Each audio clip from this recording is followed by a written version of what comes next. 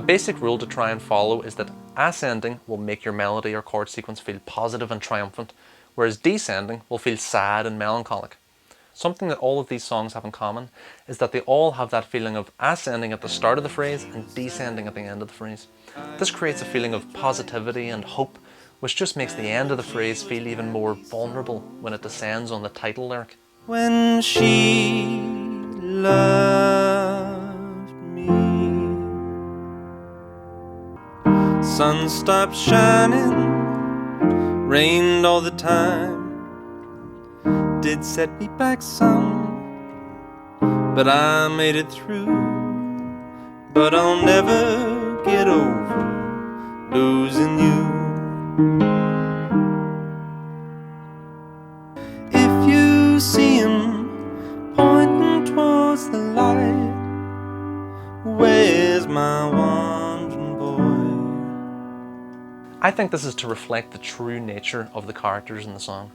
They're full of hope and love, but they're in pain. In a way, the structure of these melodies is the manifestation of the voicing in those major chords. They're fronted with that major third, full of hope and optimism, but they have the reflection of that minor. This is important because I believe what makes these songs so sad is that they spend so much of their time celebrating the person they miss and the time they shared. This is not despair, it's grief. In the introductions, all three songs have a descending bass line. This is why chord voicing is so important. Even when the introductions are brightening up, they still have that descent at the base of the voicing. That reflection is ingrained from the beginning.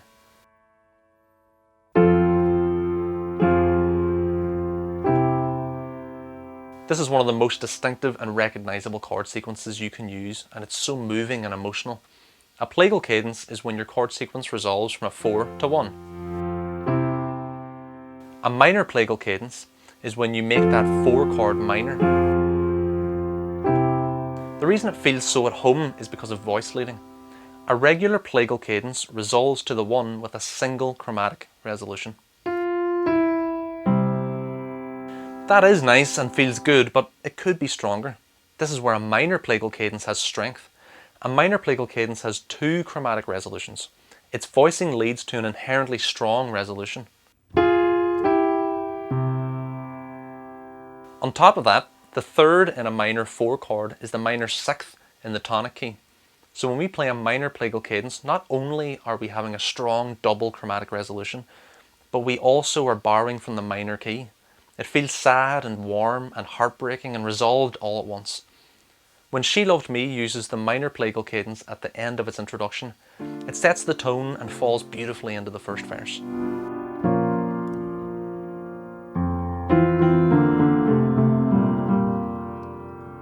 In Losing You, the minor plagal cadence is used each time before the phrase That I made it through, but I'll never get over losing you. Its usage here is to provide that heartbreak, but with warmth.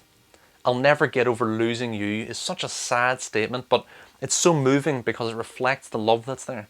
It has to always remind us that the reason there is so much grief is because there is so much love.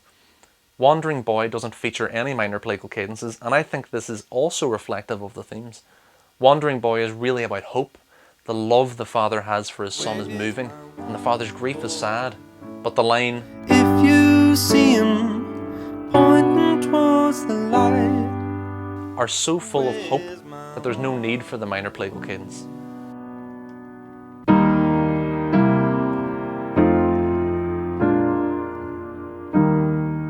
All the songs use substitutions to provide a lift and inject moments of brightness.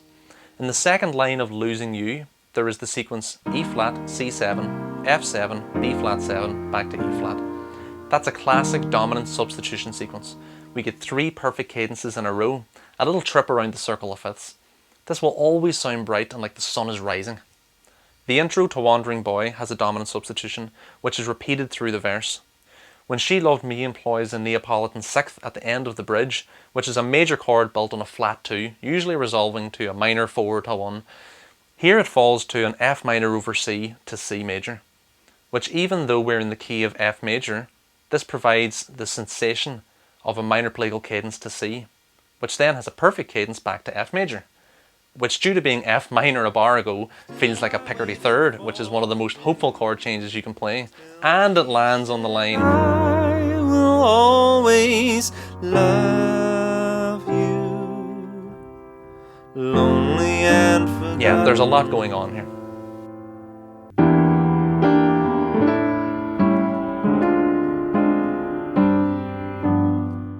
In the B section of When She Loved Me, there's a modulation from F major up to B flat major, which provides a wistful lift reflecting the lyrics. Through the summer and the fall, we had each other, that was all. The sweetness of the time is captured here, and in the middle of the sequence we have this minor 2 chord in the key of B flat, which is C minor. As every C chord we have heard so far has been major, this sudden C minor again reinforces that melancholic feeling of looking back at better times. In Wandering Boy, we have a really beautiful modulation for the last verse.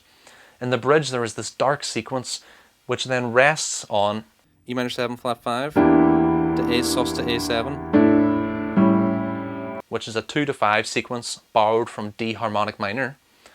It then mirrors that exact sequence down a full step, D minor 7 flat 5, G sus G7. Mirroring a sequence like that is a great way to have a fluid key change. If E minor 7 flat 5 to A7 is a 2 to 5 sequence in D, then D minor 7 flat 5 to G7 is a 2 to 5 sequence in C. As G7 is the dominant chord in C, we can now just fluidly continue the song but in C major, and it's like nothing has even happened. He went off with that highboat there when he was 5 years old, laughing like a maniac, shining in the sun like gold. He was afraid of nothing then, was loved by everyone. I see it clear as I see you, that day there in the sun. I hope he's warm and I hope he's dry. A seamless key change. Downward key changes are rare, but that's mainly because key changes are usually used to lift a song at the end. But downward key changes don't have a lift. It's a key change down to the minor 7th of the previous key, and instead has a nostalgic, warm and sad feeling. Listen to how sweet and tender it feels when that change happens and the line, I hope he's warm and I hope he's dry, comes in. I hope he's warm and I hope he's dry.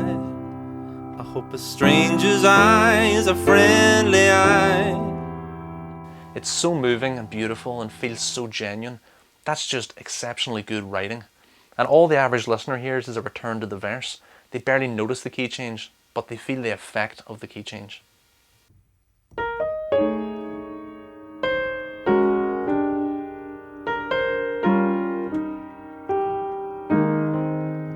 What we have seen today is how Randy uses a range of techniques to effectively write sad songs. One thing these songs all have in common is that they are all about the relationships between a parent and a child. When She Loved Me is about parents letting go of their children. Wandering Boy is about a father and son, and although Losing You appears as a lost love song, Randy has actually explained that it's based on the story of parents losing their child. Tears in Heaven by Eric Clapton is about the death of his son. Still Fighting It by Ben Folds is a father apologising to his son. Maybe there's a well of material in there that you could be tapping into in your own writing. So what have we learned? Sad songs don't need to be depressing. They can even make you smile while you're simultaneously crying.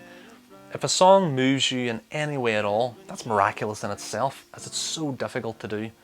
So if you want to move people, try some of these techniques. The human body reacts to what it hears, and it will react to these techniques. Thank you so much for watching. Remember to like and subscribe, and I will see you down the road. It's done. Are you sure? That's everything on the last. Cut!